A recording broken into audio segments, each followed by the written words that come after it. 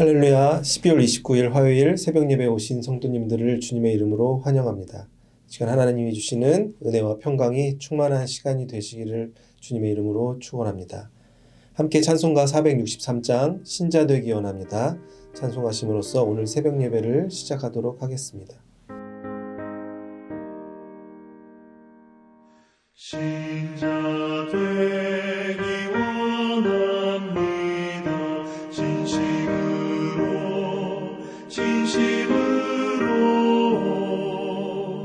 신자 되기 원합니다.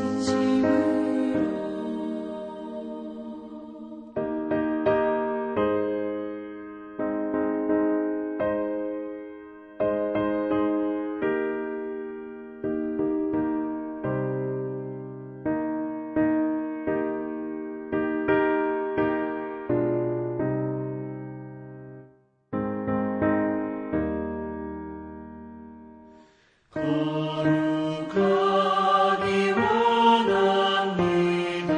진심으로 거룩하기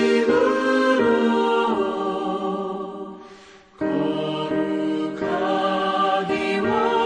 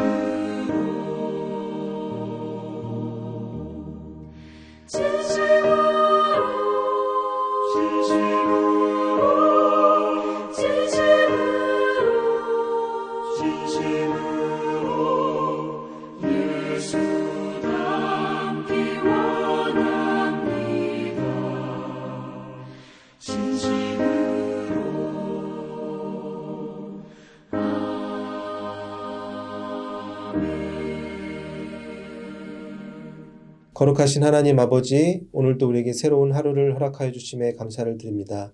특별히 이 시간 오늘 저녁에 있을 또 GCL 양육자반 모든 분들을 위해서 우리가 한 마음으로 기도합니다. 우리의 삶에서 예수님의 복음이 우리 삶의 중심이 되게 하여 주시옵시고, 복음으로 살아가기 위해서 우리가 훈련하고 가르치는 우리 모든 또 양육자분들과 그 프로그램에 참여하는 모든 성도님들이 그 마음 가운데 예수님 주시는 그 복음의 능력이 충만하여 우리 삶에서 하나님의 뜻이 이루어지는 귀한 삶을 감당할 수 있도록 아버지 하나님께서 늘 함께하여 주시옵소서. 특별히 또 오늘 이 시간 우리가 디도서의 말씀을 봅니다. 말씀을 들을 때 우리의 마음 문을 열어주셔서 나에게 주시는 하나님의 음성을 듣게 하여 주시옵시고, 우리가 하나님께 간절히 기도하는 그 기도의 제목들이 하나님의 능력 안에서 응답받는 귀한 축복의 시간이 되게 하여 주시옵소서. 우리의 삶에 성령의 열매들이 맺히는 귀한 삶을 살아갈 수 있는 우리 삶이 될 수 있도록 아버지 하나님께서 늘 주님의 길로 인도하여 주시옵소서. 이 모든 것에 감사드리며 살아계신 주 예수 그리스도의 이름으로 기도하옵나이다. 아멘. 오늘 우리에게 주시는 하나님의 말씀은 신약성경 디도서 2장 1절에서 10절까지의 말씀입니다.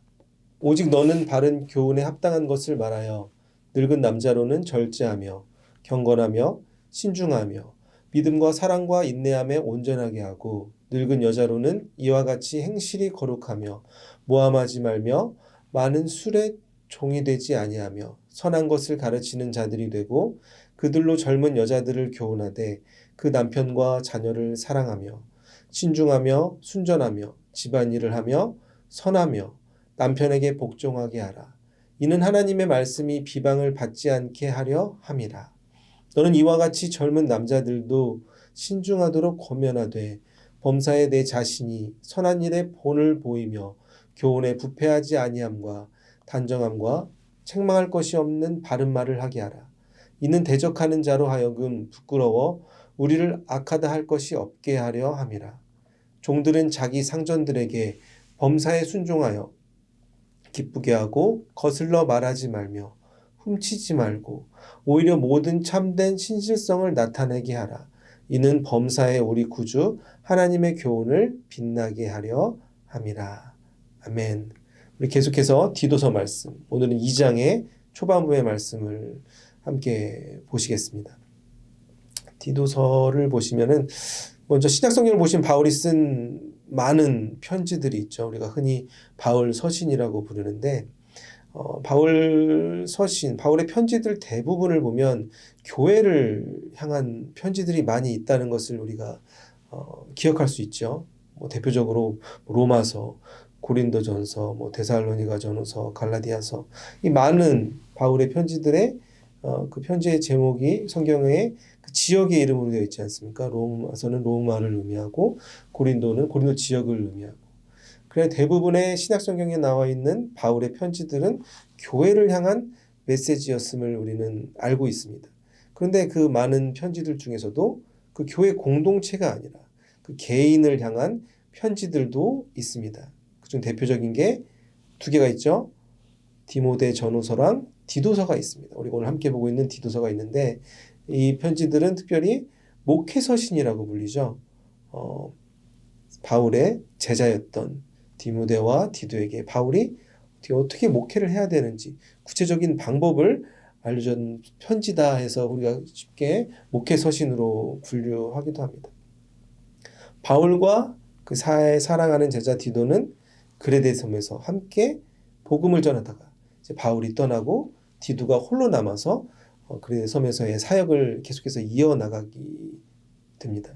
그런데 이제 멀리 떨어진 바울이 남겨진 디도가 그 사역에서 어려움을 경험했다는 소식을 듣고 그 문제를 해결해 주기 위해서 쓴 편지의 내용이 우리가 함께 보고 있는 디도서의 내용이라고 할 수 있는 것입니다.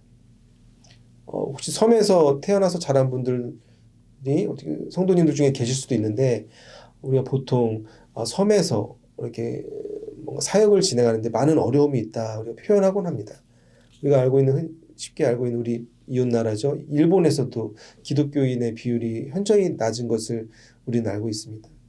특별히 섬에서 기독교를 이렇게 전도하기, 선교하기 어려운 이유는 자연재해가 되게 많기 때문에 사람들이 하늘의 신이라든가 그럼 바다의 신, 그들을 향한 어떻게 보면 믿음을 가지고 살아가는 사람들이 많아서 복음을 전하기 때 어려움을 경험하고 있다라고 우리가 또 판단할 수 있는 것입니다. 이와 비슷한 상황이 그레데 섬 안에서도 이루어지고 있었습니다. 그레데 섬은 지금은 터키와 그리스 사이에 있는 그 지역에 이제 위치하고 있는데 제주도 약 3배 크기의 섬이라고 합니다. 그레데 섬에 어떤 상황 속에 있었는지 바로 전장 1장에서 이렇게 우리는 어떤 상황이 있는지 1장을 통해서 알 수 있습니다. 그레데 섬에서는 속이는 자들이 많고 잘못된 가르침을 전하는 사람들이 많고 거짓된 선지자들이 많았다라고 1장은 그레데의 상황을 이렇게 표현하고 있습니다. 근데 이렇게 어려운 상황, 목회하기 어렵고 전도하기 어려운 힘든 상황 속에서 바울은 그의 사랑하는 제자 디도에게 어떠한 메시지를 전해주고 있을까요? 우리는 1절 말씀을 다시 한번 함께 읽어보시겠습니다. 오직 너는 바른 교훈에 합당한 것을 말하여. 아멘. 바울은 디도에게 이렇게 편지를 시작하죠. 오직 너는 바른 교훈에 합당한 것을 말해야 된다. 이렇게 한글로 된 표현을 보면 이게 좀 부드러운 표현인 것 같지만 이 1절을 영어로 보시면은 must teach라는 표현이 사용되어 있습니다. 그냥 말하는 것에서 그냥 끝나는 것이 아니라 반드시 가르쳐라. 강한 명령의 표현을 사도 바울이 사용하고 있다는 것을 우리가 영어 성경을 보면 알 수가 있는 거죠. 너는 교인들을 이렇게 강하게 가르쳐야 된다. 근데 무엇을 가르치라고 말하고 있죠? 바른 교훈에 합당한 것을 가르쳐야 된다. 근데 여기에서 한글로 표현된 바른 교훈이라는 부분을 뭐 영어 성경을 또 보시면은 사운드 독트린이라고 표현되어 있습니다. 우리가 이렇게 들어본 적이 있는 표현인 것 같죠. 독트린. 근데 사운드 독트린은 바른 교리라는 뜻입니다. 교리가 무엇입니까? 좀 어렵게 느껴질 수도 있지만 교리란 우리가 하나님의 말씀을 어쩔 때 보면 이해하기 어려운 부분이 있지 않습니까? 하나님의 말씀을 삶에 적용하기 어려운 부분들을 쉽게 어떠한 그런 체계에 맞춰서 그 말씀을 적용해야 되는지, 말씀을 이해해야 되는 것인지 그런 체계를 만들어 놓은 것을 교리라고 우리가 보통 정의합니다. 이 교리가 반드시 필요하다. 교인들에게 이 바른 교리가 반드시 필요하다. 바울은 가르쳐야 된다. 디도에게 말하고 있는 것입니다. 이 교리가 중요한 이유가 무엇입니까? 바로 이 교리가 이단이 아닌 순전한 믿음을 가진 사람들을 구분하는 중요한 기준이 되기 때문입니다. 우리가 쉽게 알고 있는 그 수많은 그 이단들도 우리가 지금 보고 있는 성경과 같은 성경을 보고 있다는 것을 우리는 기억해야 됩니다. 하지만 그들의 삶의 모습이 우리와 다른 이유가 무엇입니까? 바로 하나님의 말씀을 잘못 해석하고 그 교주를 위한 하나님의 말씀을 잘못된 적용을 하며 살아가기 때문에 그들의 인생이 파괴되고 하나님의 말씀의 기준으로 살아가는 것이 아니라 그 교주들이 이단의 그 리더십들이 원하는 방식으로 살아가 이 세상 속에서 어떻게 보면 수많은 피해자들이 생겨나고 있는 모습을 우리는 미디어에서도 지금도 얼마나 많이 확인할 수 있지 않습니까? 이와 같이 인간은 하나님의 말씀이라고 하면은 그 유혹에 또 넘어질 수가 있는 것입니다. 그런데 안에서도 거짓 선지자들이 나오고 잘못된 가르침으로 인해 수많은 교인들이 넘어지고 있자 사도 바울은 말합니다. 너희들이 그 교인들이 유혹에 넘어지지 않게 위해서 가장 필요한 것은 바른 교리를 알아야 된다. 사도 바울은 말하고 있는 것입니다. 그리고 이어서 오늘 본문 2장에서는 그 가르쳐야 되는 그 성도님들을 특별히 세 그룹으로 나눠서 말하고 있습니다. 첫 번째로는 노년의 이제 남성과 여성, 그리고 두 번째로는 장년의 남성과 여성, 그리고 마지막으로는 종들에게 각각 다른 그 바른 교리, 삶에서 어떠한 삶을 살아가야 되는지, 하나님의 말씀 어떻게 적용해야 되는지 구체적으로 설명하고 있습니다. 그렇다면 왜 바울은 이렇게 구분지어서 세 그룹으로 각각 다른 메시지를 디도에게 가르쳐야 된다고 전하고 있었을까요? 그 이유는 바로 우리가 크리스찬으로서 살아가면서 우리가 각자 가지고 있는 형편과 조건이 다 다르기 때문입니다. 어른은 어른으로서 보여줘야 될 모습이 있고 아이는 아이로서 또 살아가야 될 모습이 있고 직장 안에서 사장으로서 보여야 될 모습이 있고 직원으로서 우리가 크리스찬으로서 보여줘야 되는 그 모습들이 조금씩 다르기 때문에 다른 적용의 말씀이 필요하다. 바울은 말하고 있는 것입니다. 그래 먼저 2절에 바울은 먼저 이제 늙은 남성분들에게 이렇게 말하고 있습니다. 늙은 남자로는 절제하며 경건하며 신중하며 믿음과 사랑과 인내함에 온전하게 하고 아멘. 처음에 이제 늙은 남성들에게 어떻게 말합니까? 나이가 드신 분들에게 절제해야 되고 경건해야 되며 신중해야 되고 믿음과 사랑과 인내가 필요하다. 어떻게 보면 완벽한 크리스찬의 모습을 요구하고 있다라고 볼 수 있습니다. 그래서 이어서 3절에 사도 바울은 좀 늙은 여성분들 무엇이 필요한지 계속해서 이렇게 말합니다. 늙은 여자로는 이와 같이 행실이 거룩하며 모함하지 말며 많은 술의 종이 되지 아니하며 선한 것을 가르치는 자들이 되고 아멘. 3절에서는 이제 늙은 여자들에게 뭐라고 어떤 부분이 필요하다고 말합니까? 행실이 거룩해야 된다. 선한 것을 가르칠 수 있는 사람이 돼야 된다. 모함을 하지 말아야 되고 말조심하라는 얘기죠. 그리고 또 특별한 부분이 있습니다. 술의 종이 되면 안 된다. 그래서 이 3절을 보면서 이제 분노하시는 우리 또 여성 성도분들이 계실 수도 있습니다. 아니 남자들이 술을 많이 먹는데 왜 늙은 여자만 술의 종이 되지 말라고 하냐. 모두에게 이게 해당된다고 우리가 이해하면 됩니다. 누구나 그런 술의 유혹, 세상의 유혹에 넘어질 수 있으니 특별히 더 조심해야 된다라고 우리가 이해할 필요가 있는 것입니다. 여성분들은 특별히 말을 조심하고 정숙한 행동이 필요해야 된다라고 바울은 말하고 있는 것입니다. 이 남성, 여성, 나이가 드신 분들이 각각 다른 메시지를 주고 있는 것 같지만 공통적인 부분이 있는 것을 우리는 발견할 수 있습니다. 어떤 부분입니까? 바로 세상의 삶 속에서 다른 이들에게 모범이 되는 삶을 살아가는 것이 크리스찬의 삶이라 바울은 말하고 있는 것입니다. 그리하여 다른 이들의 모범이 되어서 세상의 삶에 그들이 어떻게 보면 롤모델과 같은 모습을 살아야 된다. 다른 이들을 가르칠 수 있는 그러한 삶의 자격을 갖추는 것이 노년의 삶이다라고 바울은 표현하고 있는 것입니다. 그것을 알아야 된다라고 말하고 있는 거죠. 우리가 쉽게 이렇게 생각할 수 있죠. 나이가 많아지면 우리가 저절로 다른 많은 사람들에게 존경받는 삶을 살아가는 것은 아닙니다. 그 이유가 무엇입니까? 세상의 사람들이 기대하고 있는 그 노년의 이상적인 모습이 있기 때문입니다. 마찬가지로 하나님께서도 노년의 삶에 원하시는 모습이 구체적으로 있다는 것을 우리는 말씀을 통해서 발견하며 기억하며 살아가야 되는 것입니다. 나는 그렇게 살아가지 못하면서 다른 이들을 가르치려고만 한다면 다른 사람들은 그들의 말에 귀를 기울이지 않게 되는 것입니다. 이어서 오늘 말씀 본문 4절, 5절을 보시면 이제 젊은이들을 향한 메시지를 사도 바울은 이어갑니다. 다시 한번 말씀을 함께 보시겠습니다.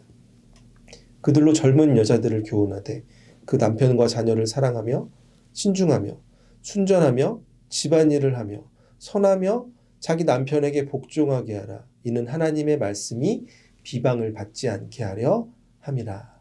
아멘. 먼저 바울은 젊은 여성들에게 어떤 삶의 자세가 필요한지 구체적으로 이렇게 말합니다. 여러 가지 얘기를 했는데 그 4절 5절의 말씀을 이렇게 정리해서 우리가 요약해서 생각해 보면 젊은 여성이 가정에서의 역할이 되게 중요하다. 남편을 사랑하고 자녀를 사랑하고 신중하고 순종하고 집안일을 해야 된다.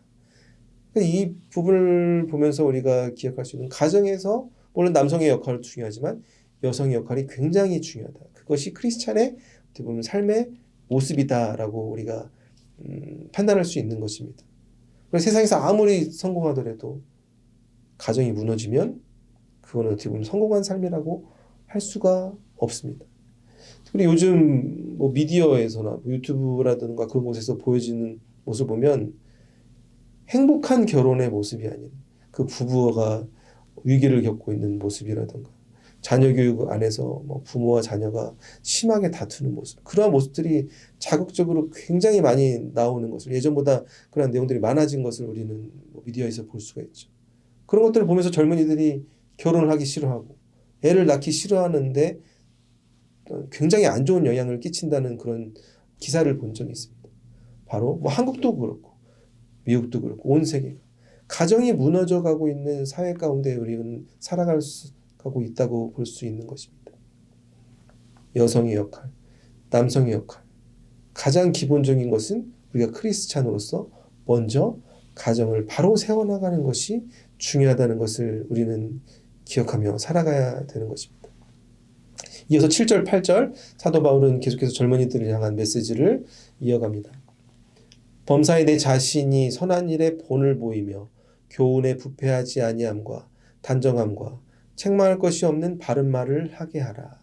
이는 대적하는 자로 하여금 부끄러워 우리를 악하다 할 것이 없게 하려 함이라. 아멘. 특별히 7절, 8절에서는 이제 젊은 여성이 아닌 젊은 남성들에게 전하는 메시지입니다. 그런데 젊은 여성에게 전하는 메시지, 젊은 남성에게 전하는 메시지에 공통점이 있죠. 어떤 부분일까요? 우리가 먼저 5절 후반부의 내용을 다시 한번 기억해 보면 젊은 여성들에게 이러한 이렇게 부분이 필요하다라고 하면서 마지막에 뭐라고 말하고 있습니까? 바울은 이는 하나님의 말씀이 비방을 받지 않게 하려 함이라. 네가 젊은 여성으로서 이러한 삶을 살아가야 되는 이유에 대해서 바울은 말하고 있습니다. 또한 8절 후반부에는 또한 바울이 이렇게 말하죠. 너희가 젊은 남성들이 이러한 부끄러운 삶을 살아가지 않아 하는 이유는 이는 대적하는 자로 하여금 부끄러워 우리를 악하다 할 것이 없게 하라. 젊은 남성들이 이렇게 살아가야 될 이유와 목적에 대해서 바울이 분명하게 말하고 있는 부분입니다. 특별히 요즘에는 우리가 너무나 많이 듣고 있죠. 기독교인을 비난하고 욕하는 것이 어떻게 보면 세상의 자연스러운 분위기 가운데 있다고 우리는 어떻게 보면 좀 슬픈 현실 가운데 살아가고 있다고 우리가 인정하기 싫지만 그런 삶의 모습들을 우리가 바라볼 때가 많이 있습니다. 그 이유가 무엇일까? 우리가 가만히 생각해 보면 그 문제가 그 우리를 욕하는 그런 다른 사람들에게 있다는 것이 아니라 우리 안에 있다는 것을 우리가 발견하며 다시 깨달을 필요가 있다고 저는 생각을 합니다. 우리의 삶에서 하나님의 사랑이 드러나지 않기 때문입니다. 우리 삶을 통해서 하나님의 말씀의 능력이 드러나고 다른 이들을 통해서 이들의 삶이 세상의 진리와는 다르지만 우리와 다르지만 무언가 우리가 담고 싶은 그러한 부분이 크리스찬의 삶 속에 있다. 다른 애들에게 이러한 마음이 들지 않기 때문에 우리가 세상의 존경이 아니라 어떻게 보면 세상에 담지 말아야 될 욕을 하는 대상이 되지 않았나 우리는 우리 삶을 되돌아볼 필요가 있는 것입니다. 세상은 이렇게 어렵고 힘들고 전쟁 가운데 경쟁 가운데 많은 이들이 영혼의 아픔 속에서 육체적인 아픔 속에서 고통받고 있지만 크리스찬의 삶에 진정한 소망이 있구나 라는 것을 전하는 삶이 하나님께서 우리에게 원하시는 삶의 목적이라는 것을 우리가 기억해야 되는 것입니다. 크리스찬의 삶을 보며 개인의 삶을 보며 그들의 가정을 보며 사업체를 보며 다른 이들이 내가 변화하고 싶다라는 그러한 의지가 생겨야 된다. 이것이 어떻게 보면 오늘 바울이 많은 교인들에게 주고 있는 메시지의 중심 테마라는 것을 우리가 확인할 수 있는 것입니다. 그것이 바로 하나님께서 오늘 우리에게 원하시는 삶의 모습인 것입니다. 신앙생활이란 무엇입니까? 삶과 신앙이 분리된 것이 아닙니다. 주일날 예배만 드리고 마치고 일주일 동안 삶에서 세상의 사람들과 똑같이 삶을 살아가는 것이 하나님께서 우리에게 원하시는 삶의 모습이 아닙니다. 오늘 본문에서 바울이 디도에게 권면하는 내용이 무엇입니까? 그랜데인들에게 필요한 하나님의 메시지가 무엇입니까? 바로 우리가 세상의 많은 사람들과 똑같은 삶을 살아가는 것이 아니라 바로 복음의 능력으로 변화되어야 된다. 바울은 말하고 있는 것입니다. 즉 우리의 삶에 변화가 필요하며 세상의 사람들과 달라야 된다.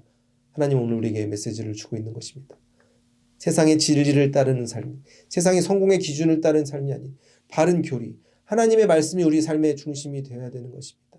그래야 우리 삶을 통해 복음이 능력이 나타나고 우리의 성공과 행복이 아닌 하나님의 영광이 나타나는 삶을 살아가는 것이 어떻게 보면 성도의 삶, 하나님께서 우리를 부르신 목적이라는 것을 오늘 말씀을 통해서 우리가 다시 한번 확인할 수 있는 것입니다. 오늘 말씀을 정리하겠습니다. 오늘 특별히 디도서 말씀은 바울이 사랑하는 그의 제자였던 디도를 향한 메시지를 전하고 있습니다. 무엇을 말하고 있습니까? 바른 교리를 가르쳐야 된다. 하나님의 말씀을 제대로 이해하고 하나님의 말씀을 순종하고 우리의 각자 세상 속에서 주어진 이치 가운데 변화되는 다른 이들에게 모범이 되는 모습, 세상을 변화시키는 하나님이 원하시는 나라로 변화시키는데 쓰임받는 삶을 살아가야 된다. 바울은 오늘 디도에게 또한 우리에게 말씀하고 있습니다. 사랑하는 성도 여러분, 우리가 점점 어려워지고 악해져가는 이 세상 가운데 진리가 무엇인지 많은 사람들이 혼란스럽고 그들의 영혼이 죽어가고 있는 그런 안타까운 세상 속에서 우리의 삶을 통하여 우리의 행복만을 쫓으며 살아가는 삶이 아니에요. 하나님이 원하시는 그 길을, 그 좁은 길을 날마다 걸어가 우리의 삶을 통해서 많은 사람들이 소망의 빛, 하나님의 사랑의 빛을 발견하고 그들의 영혼이 치유되는 놀라운 구원의 통로의 역할을 감당하실 수 있는 모든 성도님들이 되시기를 주님의 이름으로 축원합니다. 거룩하신 하나님 아버지, 오늘 디도서 말씀을 통해서 점점 악해져 가고 있는 세상 속에서 우리가 크리스찬으로서 각자가 주어진 위치 가운데 어떠한 삶을 살아가야 되는지 구체적으로 다시 한번 깨닫게 하여 주시니 감사를 드립니다. 우리가 노년은 노년으로서, 우리가 젊은이는 젊은이로서, 가정 속에서, 학교 속에서, 세상 속에서 다른 이들에게 비난을 받으며 다른 사람들에게 모범이 되지 못하는 삶을 살아가는 것이 아니라 그들의 마음 가운데 조그만 감동을 일으킬 수 있는 삶을 살아갈 수 있도록 아버지 하나님께서 우리 삶을 주관하여 주시옵소서. 우리를 유혹하고 있는 수많은 마귀와 사탄의 유혹과 세상의 그런 유혹 속에서 그들의 유혹이 흔들리지 않게 하여 주시옵시고, 그 무엇보다도 우리의 삶의 주관자 되시는 주님의 음성에 순종하여 하나님의 말씀을 가지고 이 세상 속에서 승리하는 삶을 살아 소망의 빛, 사랑의 빛을 비추는데 귀하게 쓰임받을 수 있는 우리 모두가 되어 우리의 조그마한 삶을 통하여, 우리 가정을 통하여, 우리의 교회를 통하여 이 악하고만 세상이 하나님의 나라로 변화되는데 귀하게 쓰임받을 수 있는 우리가 될 수 있도록 아버지 하나님께서 함께하여 주시옵소서. 이 모든 것을 우리의 힘으로 하는 것이 아니라 날마다 주님과 동행하며 그 말씀에 순종할 수 있는 우리가 되게 하여 주시옵소서. 이 모든 것에 감사드리며 살아계신 주 예수 그리스도의 이름으로 기도하옵나이다. 아멘. 계속해서 중보 기도 제목을 위해서, 개인의 기도 제목을 위해서 기도하시겠습니다.